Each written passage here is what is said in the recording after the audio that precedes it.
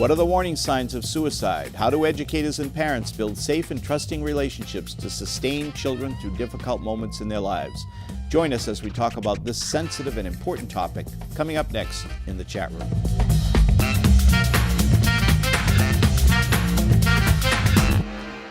Welcome to the chat room. I'm Frank O'Gara, your host today. Suicide is a serious public health problem that can have lasting harmful effects on individuals, families, schools, and communities. While its causes are complex and determined by multiple factors, the goal of suicide prevention is simple: reduce factors that increase risk and increase factors that promote resilience. With me in the studio to discuss suicide prevention and awareness in DoDEA are two educators from our headquarters Student Support Services branch, Ms. Aniko Maher and Ms. Jasmine McLeod. Welcome, Aniko and Jasmine. Thank you. I'm really glad to have you here. And you're both experienced practitioners. Aniko, in what field? I am in school nursing, the ISS for the DoDEA schools. Okay, and Jasmine? School counseling, and I also have a background in psychology. Okay. Suicide is a very, very difficult and sensitive topic, not only for people of all ages, but I think particularly when we talk about young people. I read a statistic recently that the CDC had put out, and they said that suicide was the leading cause of death in the United States.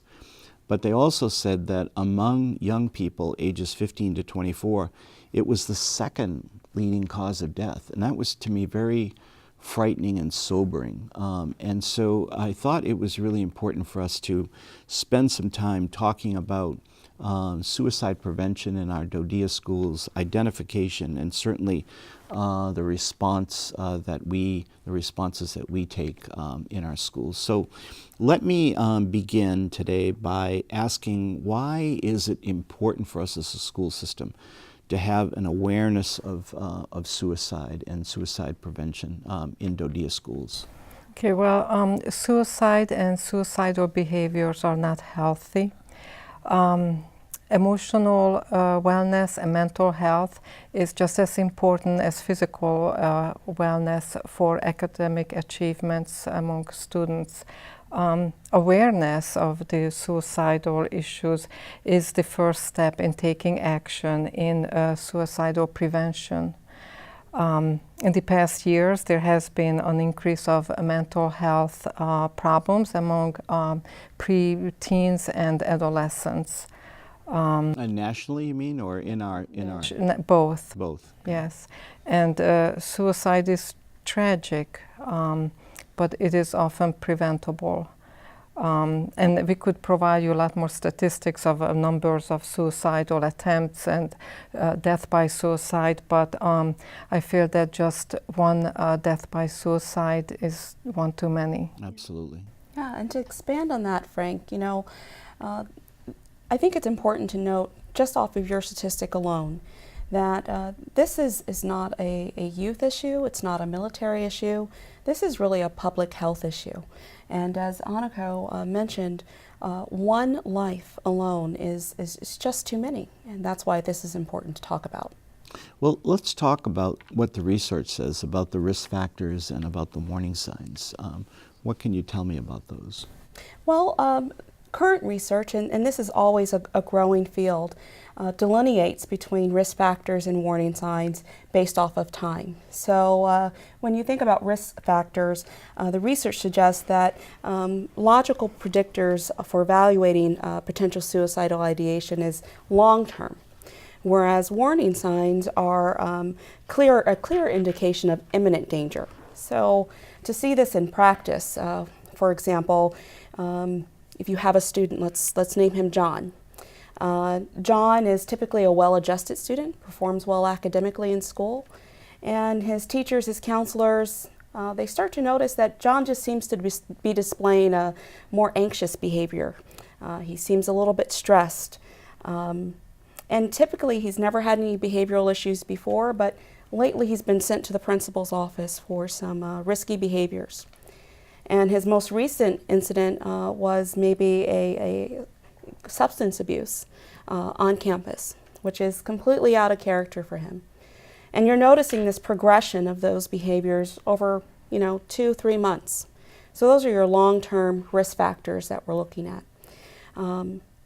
But then one day his English teacher comes to the counselor and she says, I'm really concerned. She comes with John and says, I'm really concerned about John.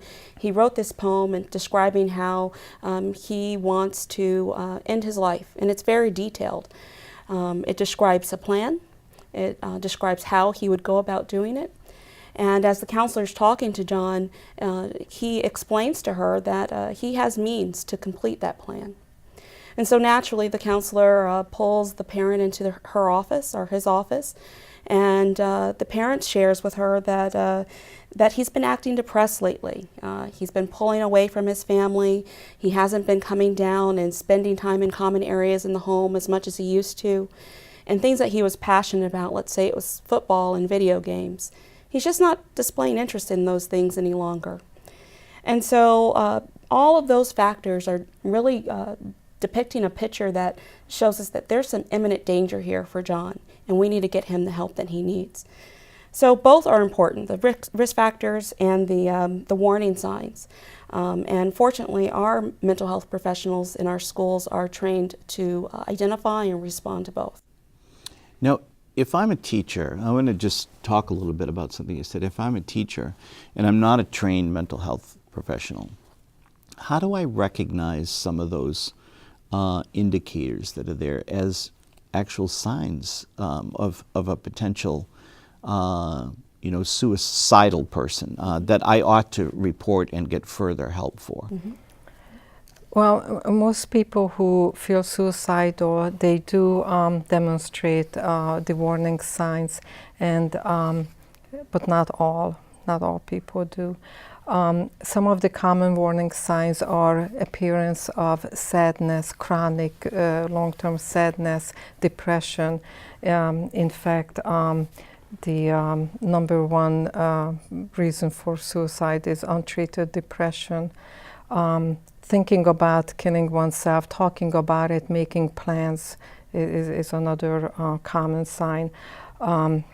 Withdrawing from family, friends, and normal activities, change in behavior, and drug and alcohol abuse. And these are signs that actually teachers are in a key position to recognize, because they actually spend more time with the kids than the students' parents or Sure. anybody else. I mean, the students spend more time at school than at home.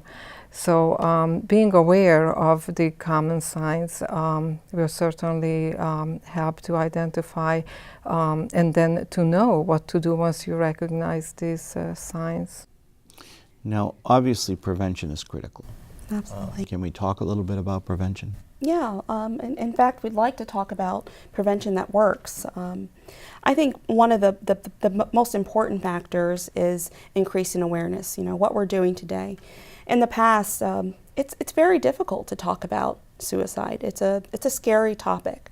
But the Department of Defense has done a fabulous job increasing awareness and encouraging our service members, their families, and those who provide services to our service members, encouraging them to have these discussions. Let's talk about what it looks like. Let's talk about what you can do to respond to a suicidal threat, and what type of services are available out there for those types of situations. So the first part is increasing that awareness.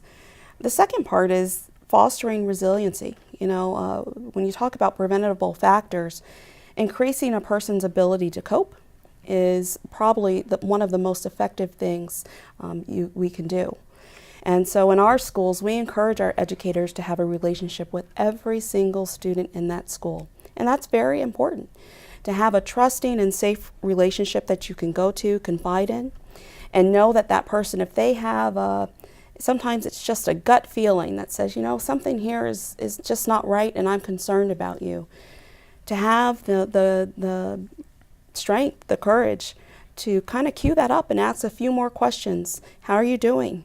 How are you feeling right now? And to get the right people involved, the experts in the field, if you do have a real concern, and say, I think this person could really use someone to talk to, and notify the right people is very important. Yeah, in all the literature I've seen resiliency listed as a critical piece here. What makes one student more resilient than another student? Right. Well, you know, I practice my resiliency every day, actually. I start my mornings off with a little bit of a positive affirmation to make sure I frame my day in the right way. USD PNR actually defines resilience as the ability to withstand, recover, and grow in the face of stressors. And so it's the whole idea of total force fitness. So it's the ability to cope mentally, physically, emotionally, socially with obstacles. And all of us have obstacles throughout our lives. So it's that steady practice, you know, from students to adults, we all have challenges that we have to overcome. And resiliency is your ability to sustain through them, your ability to respond through them. And it's not a destination, it's a journey, you know. We're constantly growing and figuring out ways how to handle our emotions and our thoughts so that we can stay healthy. And I think it requires every teacher to keep an eye on every one of the students that they come in contact with. Right, and also with developing coping skills, which is will lead to resiliency. That's something that needs to be addressed by teachers in schools and also by parents at home to encourage those coping skills and practice them. You know, an interesting thing about resiliency, each military branch has their own resiliency training program. And so when you have a service member who goes through the training, and then you have a student who's hopefully getting some resiliency training in school counseling programs, school psychology programs, teach students around character building, those kinds of things. It's beneficial to work with the training officials for our service members, because that way when that student and that service member comes into their home, they're speaking the same language, they're using the same terminology, so that they're able to really join together and build a stronger relationship around resiliency, and therefore you have a resilient home which spreads out into a resilient military community. So that partnership and collaboration is also very key. And we're connected at the school level with those resources that we find in military communities. We are. We do that purposefully. So let me make this very practical. So I'm a teacher, and now I've listened to the warning signs, the risks, so what's the most appropriate response for me when I do have some concerns about an individual? What should I do? I like to start with what you should not do. You should never dismiss a person as just trying to get attention or call it teen drama.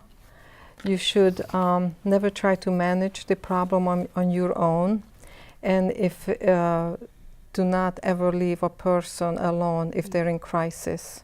What you should do is stay with that student or walk that student to the school counselor, the school psychologist, the school nurse, and talk to them, because these professionals do have the advanced knowledge and know how to manage and how to assess the situation. They can take control of that situation and ensure that the student gets the medical referral and the help that they need. Always take suicide or warning signs seriously. I can't stress that enough. Absolutely. Now we know that schools can't do this alone, and there are resources out there, but how do we best partner with our military communities to foster this resiliency that we hope to see in our student body? You know, our school administrators, our counselors, our psychologists, our mental health professionals do a fabulous job with partnering with mental health professionals within their installations, within their districts, because this is an important topic and they realize that. So building those relationships, even through from the administrators to the commanders, with medical facilities, with parents. You know, parents are key stakeholders in this work. You know, to again foster that resilient home. So we partner with everyone: Military OneSource, behavioral health, our vendors such as INFLEC and school behavioral health. But something that we don't maybe think about as much, but that is very effective, especially for this age group, the preteens, adolescent age group, are the peer-to-peer supports. So what are we doing in our schools to leverage and empower our students to take some onus in this work, to encourage their peers to identify suicidal warning signs and educate each other on, of course, with the help of professionals, on how to respond. You know, make sure you're notifying the right people. What is the military crisis line number? Those types of things. I've seen that done in some of our schools, and it's a fabulous way to really foster a safe learning environment in our schools. And if schools are interested in having those kinds of peer programs, do we have resources available that can help?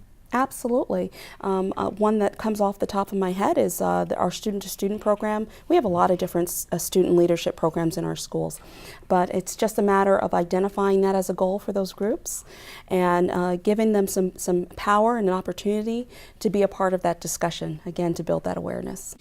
We know that the parents play a critical role here, and we've been talking about what we can do in school and what our school professionals can. But what about parents?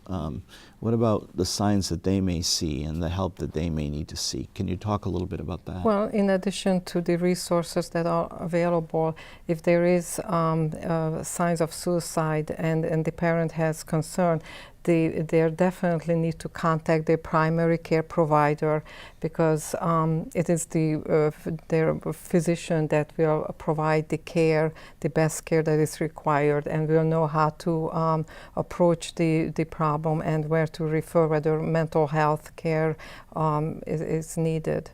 It's a medical issue, it's a medical concern. Just like if you have a broken arm, you go to your doctor or the emergency room.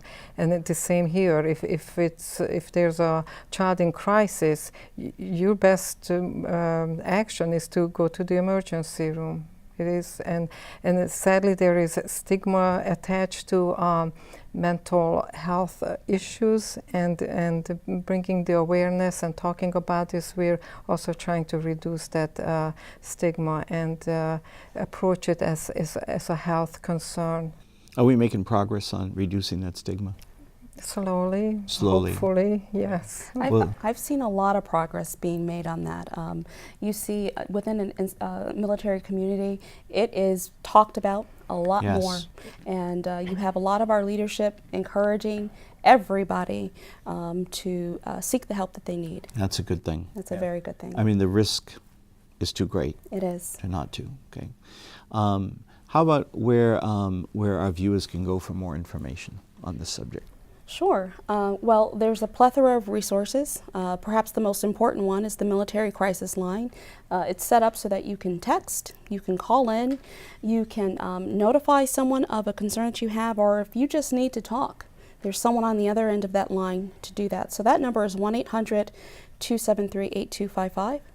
DoD has a Defense Suicide Prevention Office. Each military branch has a prevention office as well. There are resiliency programs, and we are at DoDEA is actually in the process of providing those resources on our webpage, so that we're sure all of our stakeholders have access of options for resources as well. And our parents can always ask a school principal or a school nurse or a counselor for some assistance. We encourage it. Well, I really appreciate you coming in today to talk about this. It's a very sensitive, hard to talk about in some cases subject, but one that's really critical for our educators, for our students, and for our parents. And so we appreciate your time.